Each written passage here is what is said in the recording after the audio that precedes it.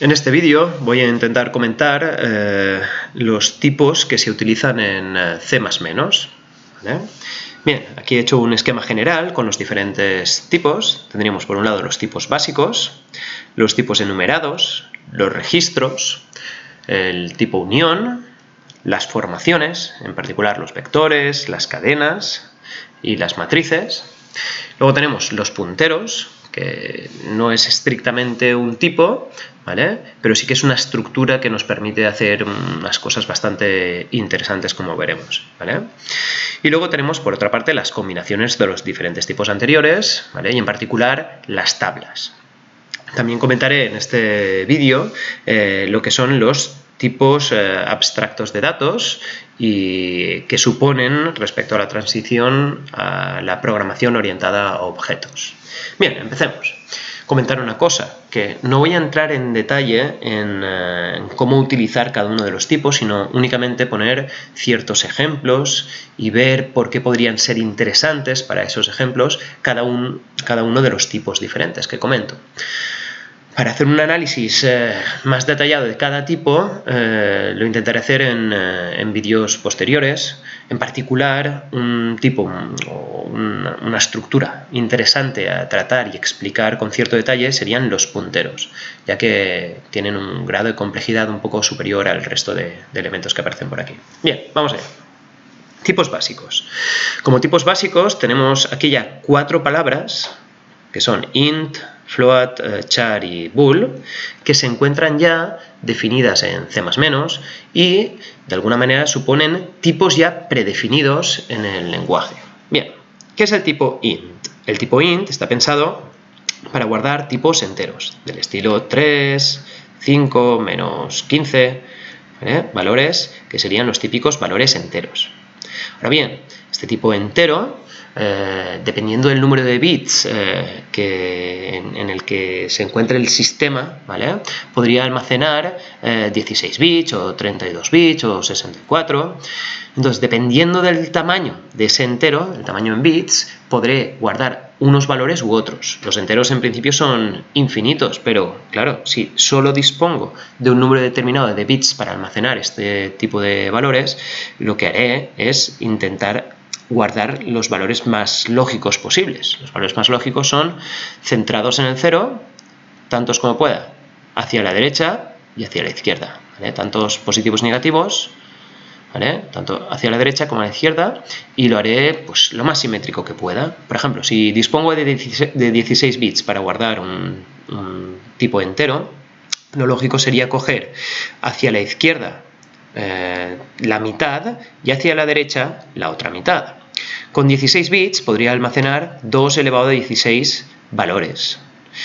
Estos 2 elevado a 16 valores los podría partir en 2 y dividir 2 elevado a 16 entre 2 da 2 elevado a 15. De tal manera que lo que puedo hacer es coger como valores negativos, por ejemplo, desde el menos 2 elevado a 15 hasta el menos 1, ¿vale? Y luego también tomaría el valor 0 y luego desde el 1 hasta el 2 elevado a 15. Ahora bien, no podría, porque como tengo en total 2 elevado a 16, aquí ya tengo en total 2 elevado a 15 números. Y aquí 2 elevado a 15 números y además también tengo el 0. Lo que se suele hacer es no hacerlo completamente simétrico, pero casi, haciendo que este va desde el menos 2 elevado a 15, cojo también el 0 y este va hasta el 2 elevado a 15 menos 1. 1 menos. Estos números me parece que son 32.768, negativo, menos 32.768, y este sería el 32.767, ¿vale? Bien, si dispusiese de más bits para almacenar estos enteros, por ejemplo 32 bits o 64, pues iríamos, si tengo 2 elevado a 32 valores posibles, pues desde el menos 2 elevado a 31 hasta el 2 elevado a 31 menos 1, ¿vale? Bien. Tipo float. El tipo float está destinado a guardar, o está pensado para guardar valores reales. Los valores reales serían todos los valores de la recta real. Ahora bien, pasa lo mismo que con los enteros. No puedo guardar cualquier valor real que se me ocurra, ya que son infinitos. En este caso, pues lo que pretendo es intentar guardar los números pensando en que voy a utilizar una estructura del estilo de la notación científica. Por ejemplo, si yo quiero guardar el 3,7, se utilizará un punto, 3.7. Por 10 elevado a 15, pues tengo que poner e elevado a más 15. Entonces, gracias a que puedo guardar los reales en un formato del estilo de notación científica, podré guardarme por una parte esta parte de aquí y por la otra esta parte de aquí, ¿vale? Eso me permite que con un tamaño determinado de bits soy capaz de guardar un amplio rango de valores. Ahora bien, con no la exactitud que nos gustaría, porque simplemente estamos limitados por el tamaño que utilizaremos para el float, ya sean 32 bits o 64 bits, y lo que haremos es buscar aquí todos los que podamos por esta parte izquierda y aquí todos los que podamos por esta parte derecha de aquí. Lo que se pretende es intentar llegar muy lejos hacia la izquierda y tan cerca como podamos hacia el cero.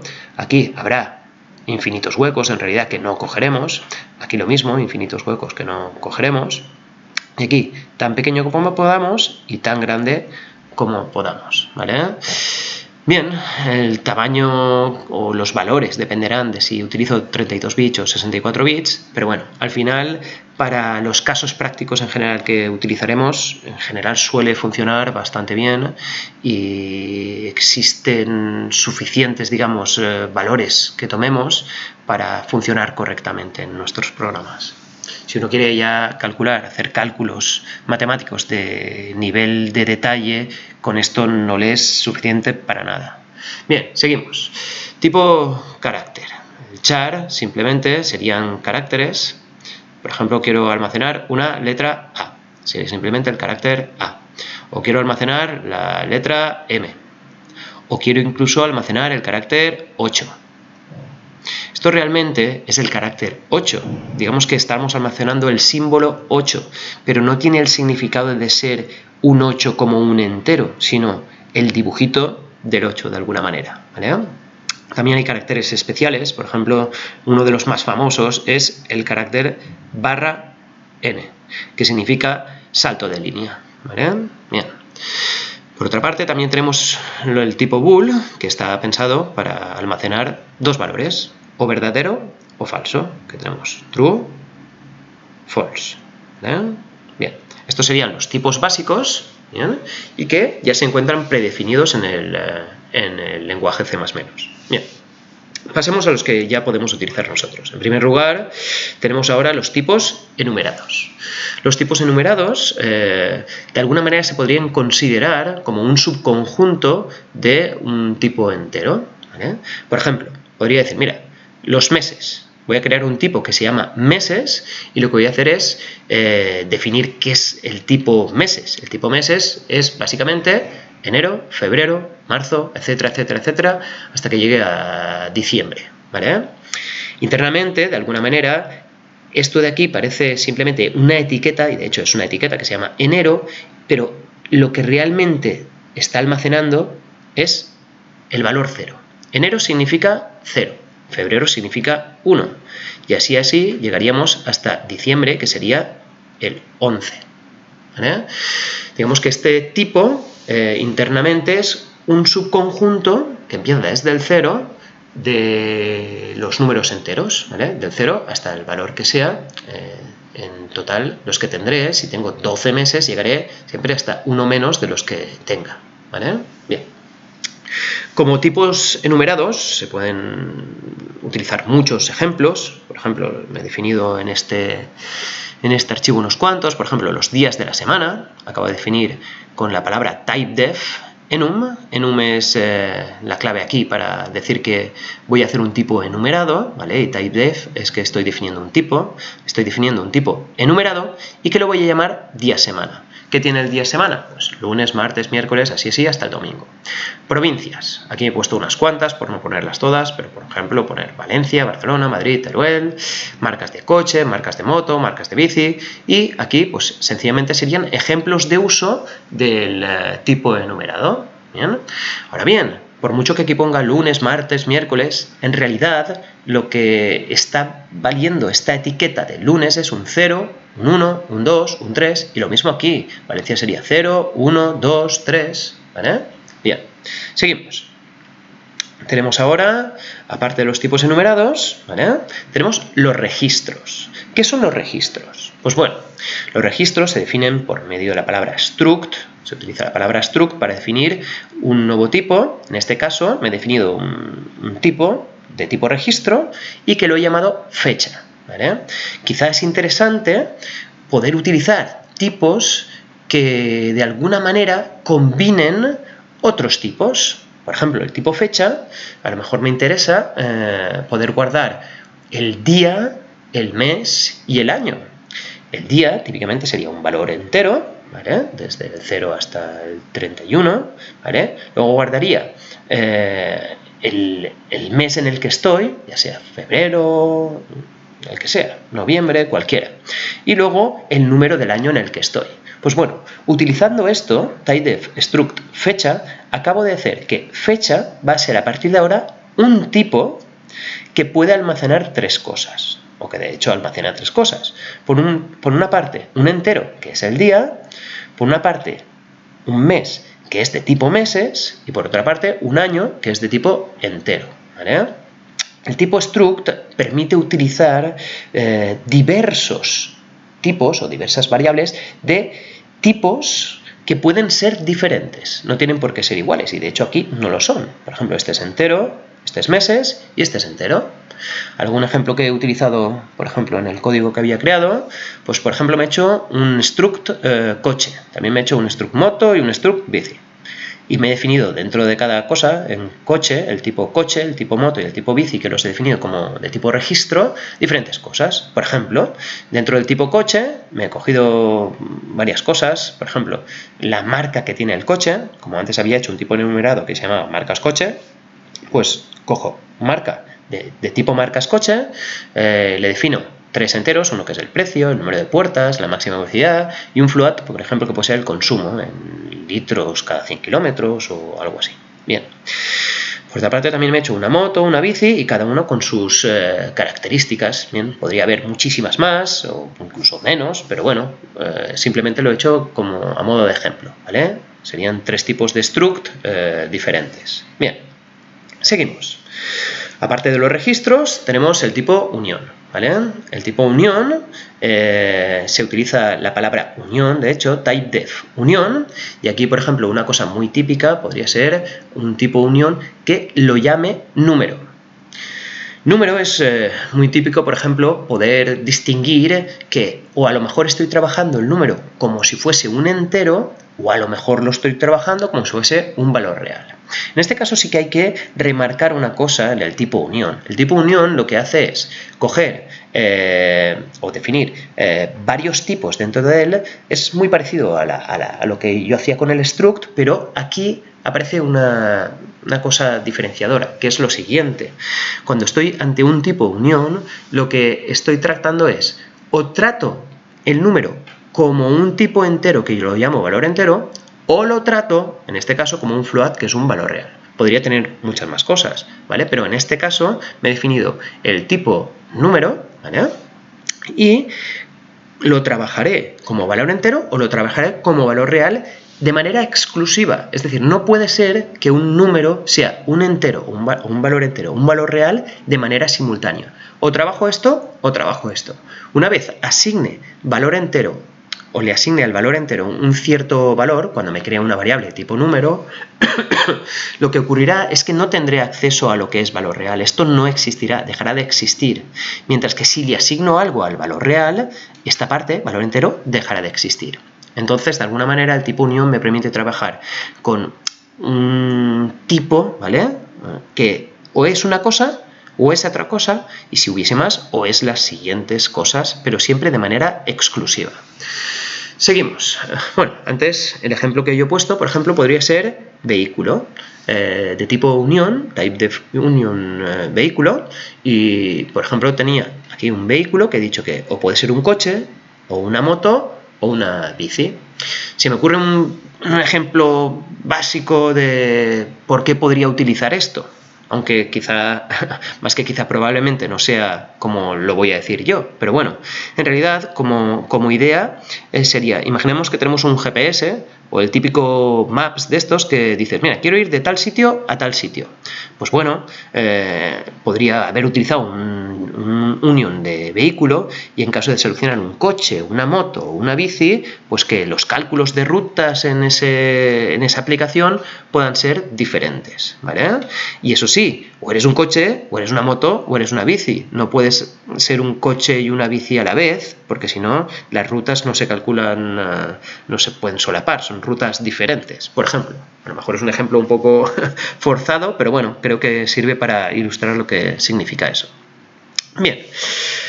Por otro lado tenemos las formaciones. Bien, las formaciones, he distinguido aquí diversos tipos diferentes. En primer lugar voy a hablar de los vectores, conocidos también como los arrays, ¿vale? Bien, ¿qué son los vectores? Básicamente, sencillamente, son unas estructuras que me permiten guardar en ellas diferentes valores de los mismos tipos todos, ¿vale?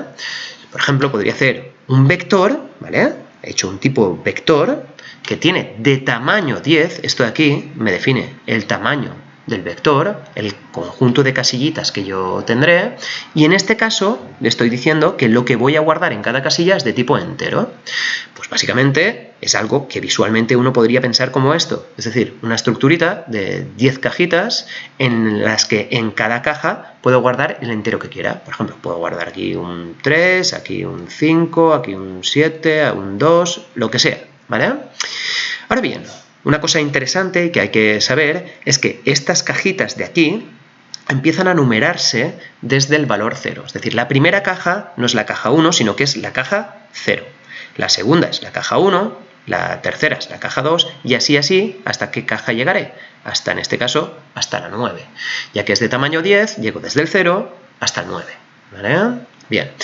La característica del vector básicamente es que todos los elementos de dicho vector tienen que ser del mismo tipo. En este caso he hecho un vector en el que almaceno dentro de él enteros. Podría haber almacenado floats, podría haber almacenado registros, podría haber almacenado en tipos enumerados, uniones u otras cosas, ¿vale?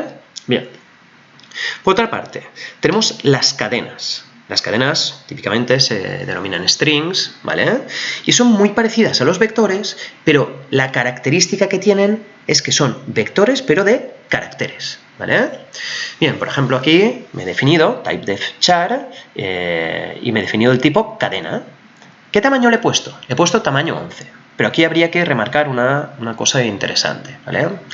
Bueno, cierto también es que las cadenas tienen en su uso ciertas diferencias respecto a los vectores. Es decir, que haberlo hecho de char hace que tenga cosas un poco diferentes y por eso se utiliza como, se nombra como tipo diferente las cadenas que los vectores, ¿vale? Bien, lo que quería comentar es que ¿por qué aquí he puesto 11 y aquí he puesto 10? Bien, imaginemos que yo quiero guardar cadenas de caracteres y que como mucho guarde una cadena de caracteres que sea, por ejemplo, de tamaño 10. Pues tendría que reservar aquí cadena de 11, hacerla de tamaño 11. ¿Por qué? Pues bueno, por una razón, porque siempre que escribo una cosa, automáticamente aparece el carácter /0 como último elemento de la cadena que yo he introducido.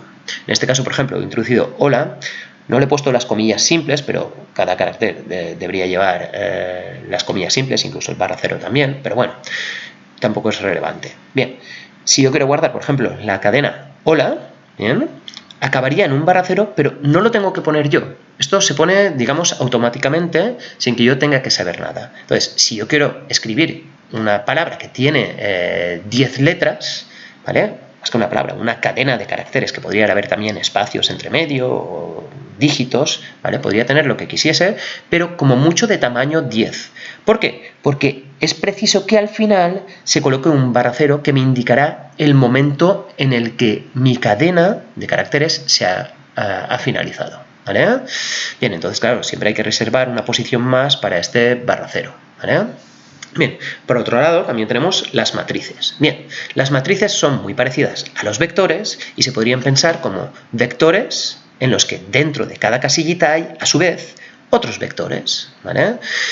Bien, ¿cómo se definiría? Pues typedef, por ejemplo, en este caso lo he hecho que voy a guardar enteros, le he dado a mi tipo el nombre matriz, ¿vale?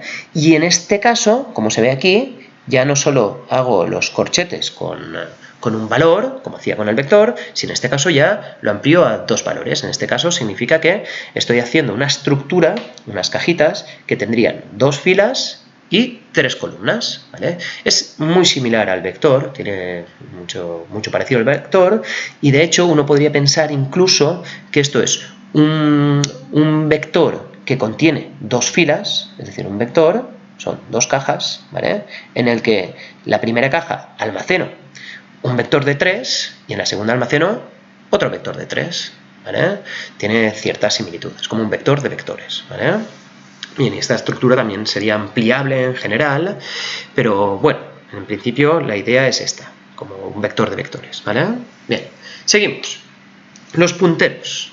¿Qué son los punteros realmente? Pues existe una cosa bastante curiosa que aparecía en los vectores y uno podría decir, bueno, los vectores aquí parece que me estén marcando ya siempre el tamaño que van a tener y las matrices lo mismo. ¿Ese tamaño puede ser infinito? Pues en principio no. De hecho, siempre le tengo que marcar el tamaño que yo voy a utilizar y a partir de ahí, si me paso de ese tamaño, habrá algún tipo de error, ¿vale? Bien. ¿No podría pensar yo en alguna estructura que a priori no tuviese límite? Pues yo podría pensar, ¿y si puedo hacer, por ejemplo, un tipo vector y dentro de este tipo vector incluso incluirle en cada casilla el propio tipo vector, el mismo tipo, es decir, que se haga autorreferencia a él? Eso sería un error, claro, porque si yo dentro de mí mismo me guardo a mí mismo, eso es una estructura infinita. Entonces, eso no funciona. Eso no se puede utilizar. Lo que sí que uno puede pensar es en una estructura que denominaremos punteros, que básicamente es lo siguiente. Un puntero, ¿vale?, lo único que pretende es guardar en un determinado lugar la posición de memoria o que apunte a algo donde ese algo guarde el valor, ¿vale? Es un concepto un poco difícil de captar, pero bueno, básicamente en lugar de yo guardarme el valor, apunto a la variable que realmente está guardando dicho valor, ¿vale? Este tipo de estructuras, que es de apuntar a algo y que ese algo guarde lo que yo quiero, me facilita pensar en una estructura a priori ilimitada. Por ejemplo, imaginemos una estructura de siguiente estilo. Yo tengo aquí una caja y que esta caja, una de las partes de esa caja, apunte a otra caja igual que yo. Claro, esa caja podría estar también apuntando a otra caja igual que ella misma. Y así, sin límite. De hecho, el límite se marca con una palabra que es especial, que se llama null, ¿vale?, que significa que ya detrás de esa caja ya no estoy apuntando a nadie más.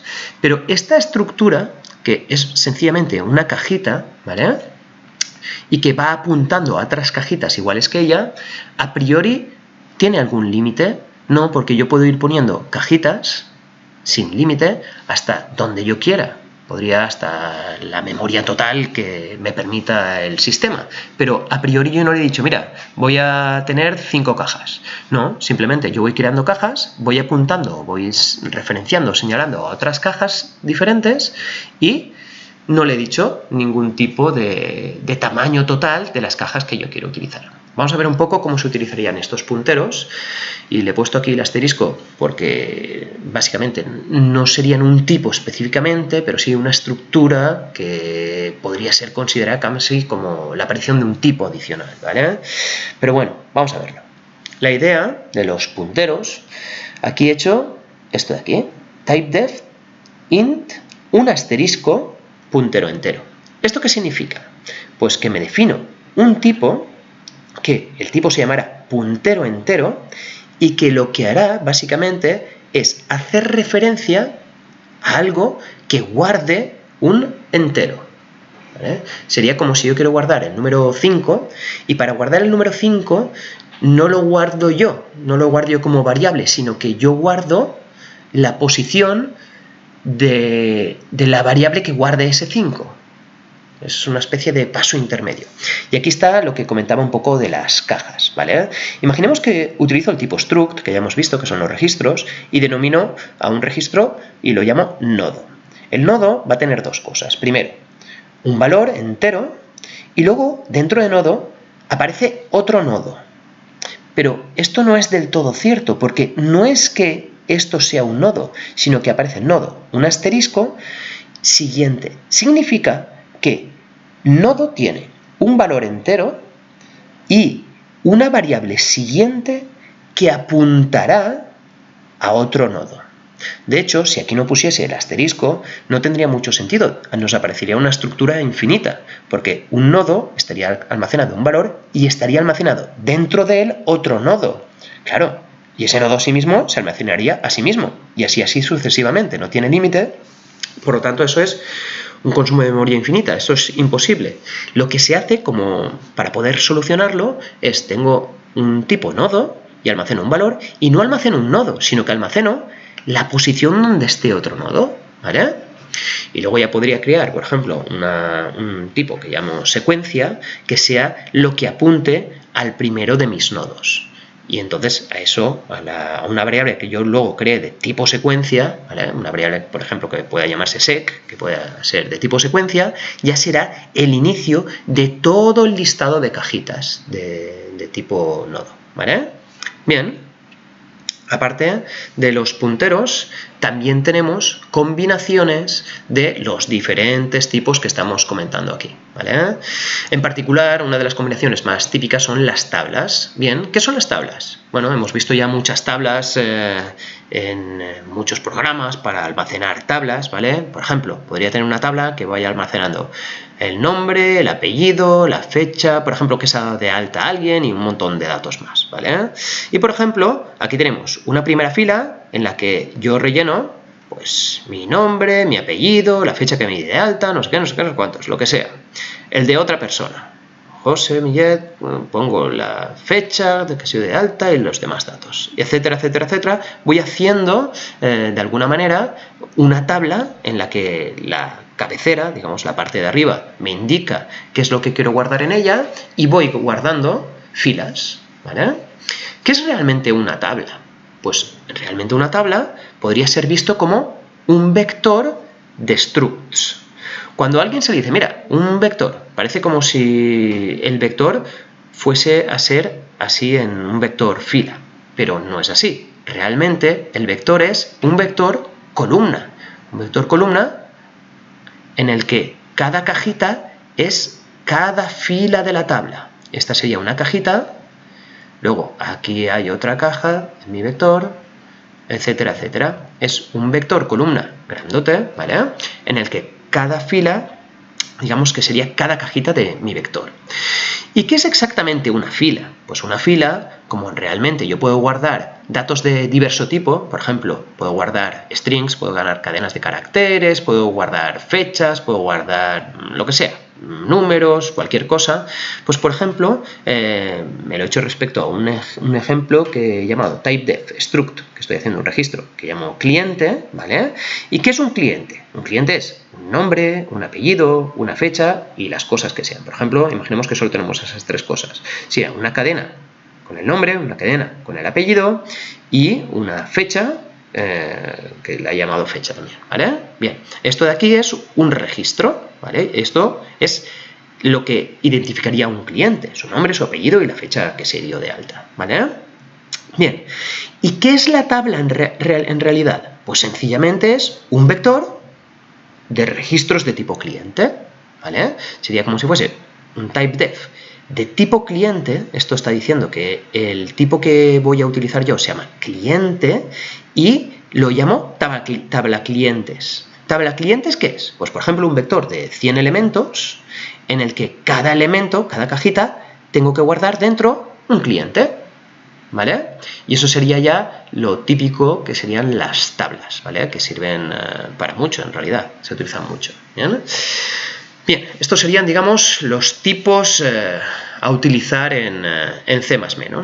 Y ahora voy a comentar un poco lo que sería la evolución hacia los tipos abstractos de datos y lo que sería ya la programación orientada a objetos. Bien, ¿qué son los tipos abstractos de datos? Pues los tipos abstractos de datos, para poder introducirlo y que se pueda entender bien, me parece que podríamos utilizar algún tipo enumerado. Vamos allá, a ver, un tipo enumerado de los que había definido antes. Por ejemplo, vamos a pensarlo con día-semana, ¿vale? Por ejemplo, tenemos que día-semanas es lunes, martes, miércoles, jueves, viernes, sábado, domingo. Bien. Yo aquí, clásicamente, cuando yo pienso en un tipo de datos, digo, mira, pues ¿qué tipo de datos es? Día-semana. ¿Y qué puede valer? Pues lunes, martes, miércoles, jueves, viernes, sábado, domingo. Fenómeno. Vale, ya tengo un tipo de datos. Ahora bien, ¿qué le ocurre? Que este tipo de datos, que simplemente son unas etiquetas con unos nombres, funcionará igual que, por ejemplo, el tipo de datos provincias, Valencia, Barcelona, Madrid, Teruel. Pues, bueno, internamente esto es 0, 1, 2 y 3, y esto 0, 1, 2, 3, y son otros valores, pero bueno, si aquí tuviese en total también 7, ¿sería lo mismo los días de la semana que las provincias? En realidad no son lo mismo, pero no solo no son lo mismo porque tienen nombres diferentes, sino porque actúan de manera diferente. Por ejemplo, yo podría decir, mira, tengo el lunes y le quiero sumar 3. Parece claro que el lunes le sumo 3, tiene un significado claro de decir, bueno, son 3 días posteriores al lunes. Y decir, mira, el lunes más 3 sería jueves. Por otra parte, si hago, por ejemplo, jueves más 4, sería 1, 2, 3 y 4. Lunes, vuelvo al lunes. Yo había dicho que esto era un 0, un 1, un 2 y un 3. El jueves era un 3. Si yo al 3 le sumo 4, me da 7. Y como este es un 6, ya no tengo un 7. Pero claro, todo el mundo parece que entiende o sobreentiende que cuando se estén sumando una cantidad de días a un jueves, cuando llegas al domingo, vuelves al principio y ya está. Con lo que pretendo decir realmente es que con un tipo de días-semanas, una operación de suma ya puede ser interpretada como que cuando llega un día pega la vuelta. Pero en provincias, si a Valencia le sumo 2, significaría Madrid. ¿Esto tiene algún sentido? Podría tenerlo, pero en principio, claramente en los días es una cosa que tiene sentido ya, porque ya lo hemos definido, pero en las provincias no parece que tenga ningún sentido, ¿vale? ¿Eso qué significa básicamente? Pues que los tipos de datos no deberían únicamente decir qué etiquetas suponen ese tipo de datos, sino también cómo se comportan esos tipos de datos, ¿vale? Bien, pues en definitiva, ¿qué es un tipo abstracto de datos? Veámoslo. Bien, un tipo abstracto de datos sería, un TAD, sería básicamente algo que me diga los valores, el listado de valores de los que puedo disponer. Pero aparte, también quiero poder saber cómo operar con ese tipo concreto de datos, ¿vale? Porque como ya hemos visto, los días de la semana y las provincias no funcionan de la misma manera. Por ejemplo, una suma definida en días de semana funcionará de manera diferente, si es que existe, en las provincias, ¿vale? Entonces, parece que podríamos pensar a partir de ahora que un tipo de datos, que llamaremos tipo abstracto de datos, debería tener no solo los valores, sino también las operaciones, la manera en la que funcionan las operaciones para esos valores, ¿vale? Si realmente existe una operación de suma, si realmente existe una operación de ordenación, lo que sea, ¿vale? Entonces, el concepto de tipo abstracto de datos básicamente tiene que incluir los valores y también la manera de operar con esos valores o el conjunto de operaciones que se pueden realizar sobre ese mismo tipo de datos, ¿vale? Pasamos desde un concepto clásico de tipo que únicamente, cuando se hablaba de tipo, únicamente teníamos los valores que puedes tener, ahora incorporar también qué operaciones y de qué manera tienen su comportamiento ese tipo de datos concreto, ¿vale? ¿Qué tipo, digamos, qué conjunto de operaciones son válidas y cómo podrían funcionar o qué deberían dar, ¿vale? Ahora bien, lo que sería interesante también en un tipo abstracto de datos, o lo que se incluye también de manera bastante habitual, es una cosa que es la ocultación. Ver qué cosas se dejan ver dentro del tipo de datos y qué cosas no se dejan ver, ¿vale? Por ejemplo, a lo mejor yo podría tener un determinado tipo y tener ciertas operaciones que se desglosen en operaciones más sencillas, ¿vale? Ahora bien, de cara al exterior, ¿vale? De alguien que está utilizando este tipo abstracto de datos, a lo mejor solo me interesa que vea la operación importante, ¿vale? Por ejemplo, imaginemos que tenemos un tipo abstracto de datos determinado y una operación concreta que sea de ordenar, ¿vale? Pues a lo mejor esa ordenación es una función determinada, un procedimiento, ¿vale? Que lo que hace es un montón de operaciones, las cuales a lo mejor se agrupan en diferentes funciones o diferentes procedimientos internos que a mí realmente no me interesan. A mí solo me interesa poder llamar a esa operación que yo he llamado ordenar y que desde fuera solo vea ordenar y no vea todas esas funciones. Pues bueno, la ocultación me permitirá dentro de un tipo abstracto de datos poder hacer que ciertas cosas sean únicamente privadas para el propio tipo y que desde fuera no se puedan ver, ¿vale? Pues bueno, básicamente los tipos abstractos de datos hacen que al trabajar con los tipos, digamos que se haga de un poco de manera diferente. Los programas clásicos y sencillos se hacían definiendo los tipos, se van utilizando, se hacen funciones y se solucionan las cosas, ¿vale? Pero esto de aquí es un enfoque nuevo que lo que hace es hace que los programas puedan cambiar su forma y lo que hace es ser la transición respecto a un nuevo sistema de programación, ¿vale? Una nueva metodología que típicamente se llama programación orientada a objetos, ¿vale? En la que existen diferentes objetos, cada objeto tiene sus variables, ¿vale? Y tiene los procedimientos, tiene los métodos, se llaman métodos en programación orientada a objetos, los métodos que se pueden utilizar, ¿vale? Es un pequeño cambio de enfoque respecto a los tipos clásicos que simplemente almacenaban valores y, bueno, los tipos abstractos de datos almacenan los valores y también la manera con la que se opera con ese propio tipo, ¿vale? Y aparte también qué cosas se ven y qué cosas no se ven. Bueno, esto también merece un vídeo aparte para tratarlo con mucho más detalle, lo que serían los tipos abstractos de datos, e intentaré también realizar otro vídeo adicional respecto a eso, a la par que también de los punteros, ¿vale? Bueno, espero que se haya entendido todo lo de los tipos y que haya quedado claro.